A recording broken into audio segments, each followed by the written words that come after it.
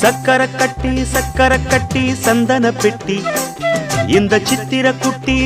குட்டி வந்தது சுத்தி எப்பொழுதும் அசத்தும் அசத்தும் உன்னுடைய நினைப்பு என்ன செஞ்சு அடங்கும் என்னுடைய தவிப்பு கொஞ்சமா நஞ்சமா கொஞ்சத்தான் பஞ்சமா அம்மம்மா என்ன சொல்ல சக்கர கட்டி சந்தன பெட்டி இந்த சித்திர குட்டி வந்தது சுத்தி